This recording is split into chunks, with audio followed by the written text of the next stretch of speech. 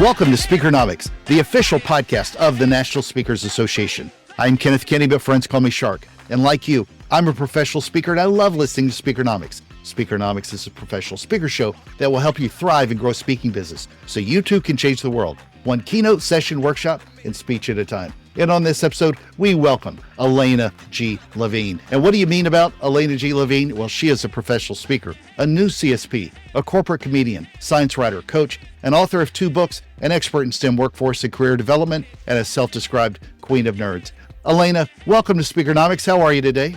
I'm doing great, Shark. I am psyched to the max to go deep with you about webinars. Absolutely. Now, to all my speaking friends, you remember when the world ended, at least the speaking world, when the pandemic hit, travel stopped, and so did the gigs. For many, it became necessary to do virtually everything virtually, including the gigs. But what about now with vaccines and pandemics out the rear window? I mean, who wants a webinar or another Zoom call today when the stage awaits? Well, some speakers did more than pivot. Some tripled their incomes by still delivering more engagements with a recurring revenue stream that continues to grow year after year. Sounds pretty good. It could be that successful speakers also don't have to be in person to build a better business. It could be that successful speakers can still get paid to speak a lot virtually. And before we jump in, make sure to go to speakernomics.com. That's where you can find the tips, insights, and knowledge to help you become a better speaker, build a better business, and get paid to speak. Alaina, let's dive in. So first of all, describe the difference between virtual and a webinar and what that means to you and where you really pivoted your business and stayed there after the pandemic or during and after the pandemic. It's a great question, Shark. And I think a lot of times we get confused about what we mean by the word webinar. So when I use the word webinar, I refer to that as a catch-all term that refers to a virtual presentation. So my webinars can be virtual keynotes. They can be virtual workshops. Some clients refer to them as training. I'm cool with whatever they want to call it. But bottom line, it means that I sit in my computer at home, wearing my half suit, delivering a presentation and getting paid. So the webinars that I do, really, I've been doing them for many years, even before COVID. But when I lost about 90% of my projected income in a 2-week period at the end of February and March, early March in 2020, I knew that I had to do something to really protect myself and protect my business. So I went all into webinars and I ended up selling more webinars and more package and series of webinars that year than I had ever had. And then I realized, wait a second, there is more that we can do with webinars, with these virtual presentations to serve our clients over time and to continuously add value to their organizations and be seen as a value creator. And so I went all in. So a lot of my business today is still doing webinars. And in fact, we were talking last week, we couldn't do the interview because I had 4 webinars that week for 3 different clients. So it's been a very successful part of my business, and it's just been a joy to do as well. So how do you position these today any differently or the same than you did, say, 4 or 5 years ago when things were stopped? Because now I'm sure it's evolved to a different kind of conversation. Absolutely. So the way I position it with my clients is when you book me for a webinar, first of all, there's no travel involved, right? And we record it and I give them a license so that they can actually engage with that content for a period of time. But the really cool thing about webinars is that I book them via series for the clients, often over time. And I have several clients who've booked me over a year for multiple webinars and other types of virtual work products, which we can talk about. And so the way I position it to them is that you're getting a lot of the value that I have to share to advance your business goals, your organizational goals, your staffing goals, whatever they are. You're getting access to multiple types of work products and also multiple types of topics. So they get an actual larger curriculum as opposed to a one-off gig. And I don't call it a gig. I don't even necessarily call it a speaking engagement.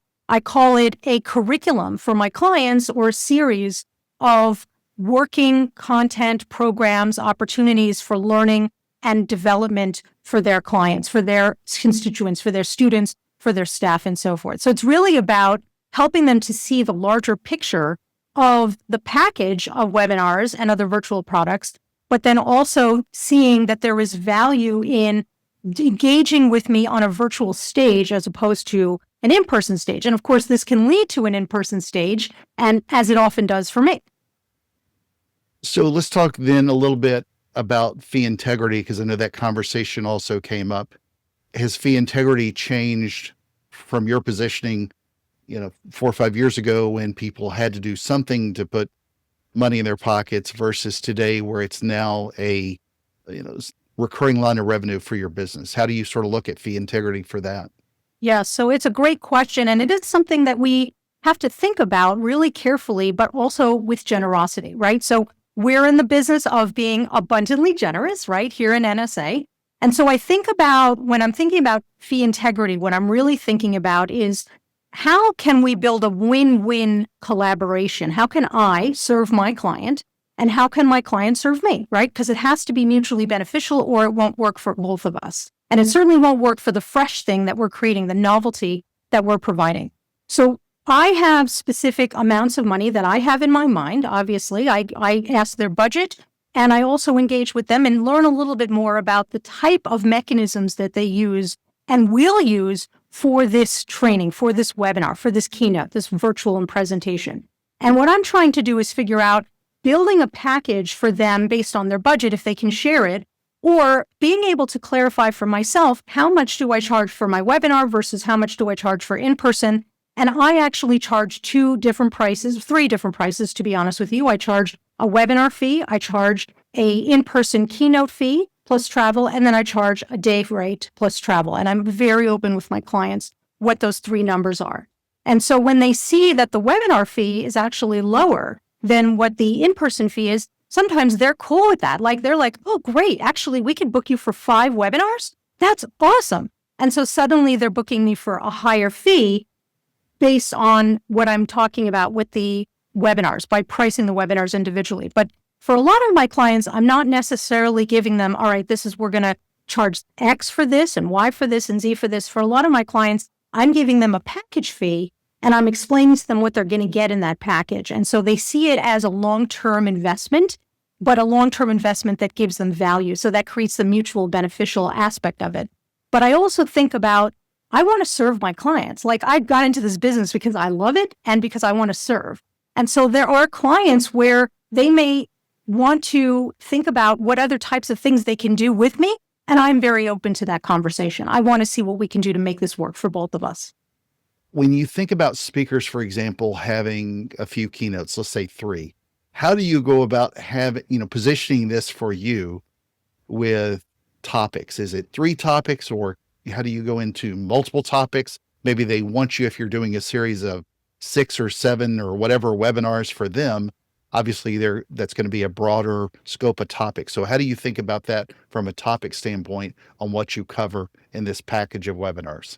Yeah, it's a great question, Shark, because I think a lot of times our colleagues, we think that we have one topic. In fact, when we go to the NSA conferences, after they ask our name and where we're from, they often say, hey, what's your topic?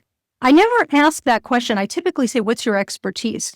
Because that's really the test bed. The larger picture is, what's your expertise? And so the way I think about this is, you have your area of expertise, and in that area of expertise, there are actually many topics that you can extract, which, if you look at it from, let's say, a 6-month or a year-long endeavor with a client, you're still teaching them X, but you're giving them smaller doses of the problems that you're solving, the micro problems, I call them, over time, so that each webinar is self-contained as a micro problem and a micro solution and a micro result, all leading to the larger macro problem that you're solving over the course of the year. So let me give you an example from my career. So my expertise, as you know, is serving STEM nerds, and my main area of expertise is helping people build what I call your unicorn career, which I define as a customized, authentic career that brings you joy, meaning, and money. And so there's the career development side of things. But when I work with clients on webinar series, what I'm talking about and thinking about with them is, the macro problem is helping to build careers, or helping staff maintain and grow their careers in-house. If I'm talking to corporate clients, what do we need to do in the past, the present, and the future to help them achieve that goal? And what problems do we need to solve? And what are those solutions and what are those results? So the way to think about it is, from my perspective, is, all right, we're helping people maintain their longevity and their loyalty and their innovation potential within workplaces, right? So if I'm talking to a corporate client and I'm helping them build a career journey, for example, within HR or within R&D, what I'm helping them think about is what do we need to do in advance? So we need to help them network. We need to help them better understand the career paths. We need to help them better communicate. What do they need to do in the present if they're going to build their unicorn career? Well, they need to have conversations with bosses. They need to promote themselves. They need to engage and deliver epic experiences for the people that they're serving. And what do they need to do after? Well, they need to engage in work-life balance. They need to build their innovation potential. They need to increase and continue to improve their communication skills and really think long-term about building their career. So it's really about past, present, future. And so when you think about that, like I thought about your experience being a differentiator in the marketplace, and I love one of your keynote topics, your area of expertise, the hammerhead effect, differentiating yourself in a very crowded sea of fish creatures and all sorts of different community members. We could potentially take that from a past, present, future perspective. So we have this overarching goal to differentiate you in the marketplace. Well, what do we need to do in advance to differentiate you, right? What are the work products we need to be able to think about? What are the skills we need to be able to improve and hone? What are the people and the community members that we need to engage and collaborate with? What do we need to do in the present tense to make sure that you are seen as a hammerhead, as a singular leader in your field? And what do we need to do once you're established to maintain that brand amplification and that community visibility so that opportunities and deals and jobs and all sorts of different resources continue to come to you? So that's how I think about it. Past, present, future, problem, solution, result. When I deliver my workshop at NSA Influence in 2025 in Scottsdale, I will be actually talking more about this formula. And I love this because I was just talking to a friend of mine the other day again about when you talk about that broader content or broader expertise where you can talk about multiple problems as opposed to specific. That's not an invitation to necessarily position yourself that you speak to everything by any stretch. Exactly. But I do think of it particularly for any speaker to think of themselves developing a philosophy. And if you become a philosopher on a certain broader topic, that allows you to obviously speak a lot more about subtopics and at least frame it that way.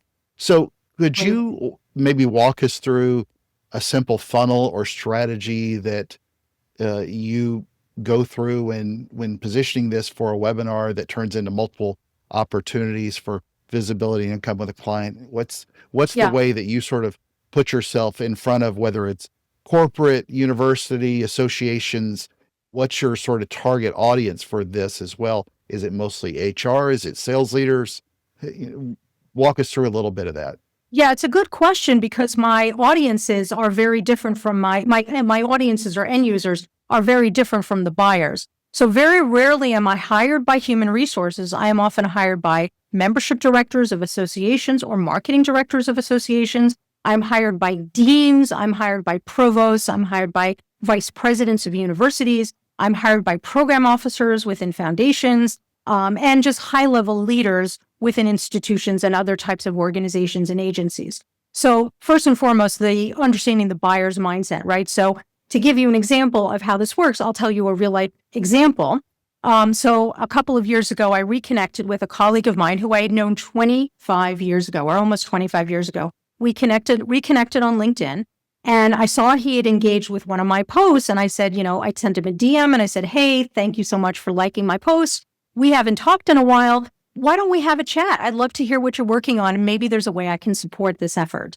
And we had a meeting, and as I chatted with him, I realized what the work that he's doing, which is for a STEM-based organization, and that's my cup of tea and my peeps. I realized that there were some specific staffing issues associated with the team, that they wanted to make sure that the team grew and knew how they could continue to add value and essentially, build their unicorn career within the organization. So I'm listening to the pain, right? Just like we hear in NSA, I'm listening to him describe the pain and I'm sharing different ideas. And it led to another conversation and I think another one, and he invited me to write a proposal. So I wrote a proposal for 3 different packages And I can share if you want what we went in those packages. And so he ended up choosing one of those packages. And basically what we decided to do was a 10-month contract, which delivered 6 or 7 webinars, 6 or 7 what we called virtual or facilitated conversations, which were essentially speeches, but informally delivered. So no slides, just conversation about different topics like mentorship and LinkedIn and other areas that help you build your unicorn career in-house. I delivered him templates, tools, templates, tools, blogs, and tip sheets that he could share with his team. They pre-bought my workbook. They pre-bought my book for every member, actually both my books for every member of their team. And the cool thing, Shark, because we all like to be on stages in front of folks, they booked me for the in-person training, the all-staff training event that was that's going to happen, where I'm going to be delivering my keynote, Create Your Unicorn Career, which drives and pulls together the entire curriculum for that 10-month, as well as doing a fireside chat on stage with the director of the organization. Now, in the end, they actually, because of a lot of the reasons, they moved it to virtual.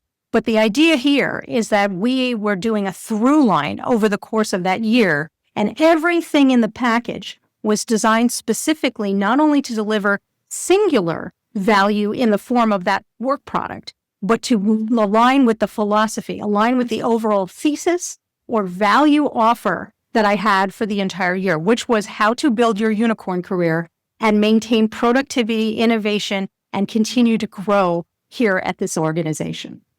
With understanding what they want to deliver, do you say, with they being either the HR department, sales, whoever it is that is hiring you, do you do a different level of research than you would for, say, for a on-stage keynote? Because obviously now you're thinking about a bigger problem to solve, a bigger solution as well. But how do you sort of think through that research you do to kind of dive into all these topics? It's a really interesting question. And interestingly enough, the research doesn't change. It's the same. And honestly, so many, like I listen to your podcast a lot, so many of the guests that you've had on talking about how to do research, like Laura Guest and some Lisa Ryan, others talking about how you can really position yourself for very successful sales meetings and conversations where they see that you are invested in building that win-win collaboration over time. It mirrors exactly the type of research that I would do for a keynote in person. It really doesn't matter. Well, I'm a research nerd, so I always love to ask that question as well. I love it. Now for a little speaking trivia. Do meeting planners plan on more events with a maximum of 100 attendees or less? Back with the answer in just a moment. Before we jump back to the show, here's a moment with NSA member, speaker, and author Paul Herbka. Paul, so what does NSA mean to you? You're at Influence here and meeting a lot of great people and a lot of great content. Absolutely. Well, being at Influence, you meet all the right people. You meet all the speakers that are making it happen, that are sharpening their acts and really making a difference, right? So it's learning how to improve, how to get to that next level, regardless of what level you're starting at. It's always, how can I get to the next level? And so my philosophy in life is always, how can I improve? How can I make things better? And this is definitely the right group to make things better with. You've got experts, you've got people that are continually making things better. So to me, that's what Influence is all about, is making the right contacts, getting the key insights. The workshops are incredible. They go through the tactics, the steps, everything you need to do. And then the high-end keynotes are always talking about inspiration and giving you hope, and also the strategy of, hey, here's where we're going. And then you get to look at that strategy and find the tactical steps in the breakout sessions. So absolutely wonderful. Love the deep dives, love the speakers. You cannot go wrong. If you're looking to be a speaker or looking to improve your speaking abilities, by all means, you need to be an NSA, your local chapter, as well as national. And here's the answer. According to a recent survey, 58% of planners reported organizing meetings with a maximum of 100 attendees, and 26% of planners said they're shifting to more regional and local events to minimize travel expenses. The report also showed that 40% plan to host more meetings, so momentum remains strong despite the increase in cost. And now, back to the show. A question I want to ask you from a previous guest. Get ready for this one. Oh. If your microphone could record one final message to the world after your last speech, what would it be? I love that question. And it's a great question. It is a great question. It is that you have more value, choice, and power in your career development than you may even realize, and the multiverse is your playground. Okay. All right. Well, what is a question that you would then like to ask a future guest on this show? So I thought about this question, and I'm going to ask this question because I've gotten this answer several times from talking to various NSA members and other members of our speaking community. And the question is, what has been one or two either pieces of advice or information, some real amazing nuggets of value that you got that totally changed the way you do your business and changed it for the better? That's fantastic. Well, then let's do a quick recap then based on Alaina G's virtually excellent advice. Number one, sometimes there's more that we can do with webinars to service our clients. The positioning is key. She books them via a series. It could be to advance their overall business goals. It's about helping them also see the larger package. And it's a question of fee integrity, but it should also be a win-win for both of us. Number two, we often think about a specific topic, but consider thinking about the broader content of expertise that can lend itself to multiple topics that you can sell as a micro problem, micro solution, and an overall macro result, past, present, and future. Number three, audiences are different than the users with people that buy us. The sales funnel for her is positioning packages with virtual or facilitated conversations. And positioning it correctly can also lead you to that gig on stage with an audience that's familiar with you and understands the through line and that philosophy. Alaina G. Levine, I am looking forward to seeing you at Influence, not too far from your house this year in Phoenix. Any last closing thoughts before we speak ourselves off this stage? I love it. Well, first of all, Shark, thank you so much for the opportunity. You are amazing, and I love diving deep with you to differentiate ourselves from a sea of sameness. I just want to say that webinars have been a wonderful kick for me. They've been a boost to my business. They've been a boost to my mental health. And honestly, Shark, the best part about webinars, besides getting paid, is the half suit. Every time I give a webinar, I always take a photograph of myself wearing my fabulous business outfit on the top and my Crocs and PJs on the bottom. So here's to half suits for all of us. Here's to Crocs and socks. All right, friends, make sure to join us at Speakernomics.com and let your voice be heard. I'm Kenneth Shark Kinney, the host of the National Speakers Association's podcast, Speakernomics, and this has been another virtually fantastic episode of the show. Thank you, Alaina, for your service to NSA and for lending your voice to the show. And to everyone listening, thank you for the privilege of your time. And remember, Speakernomics is a podcast where you'll learn to speak, get paid, repeat.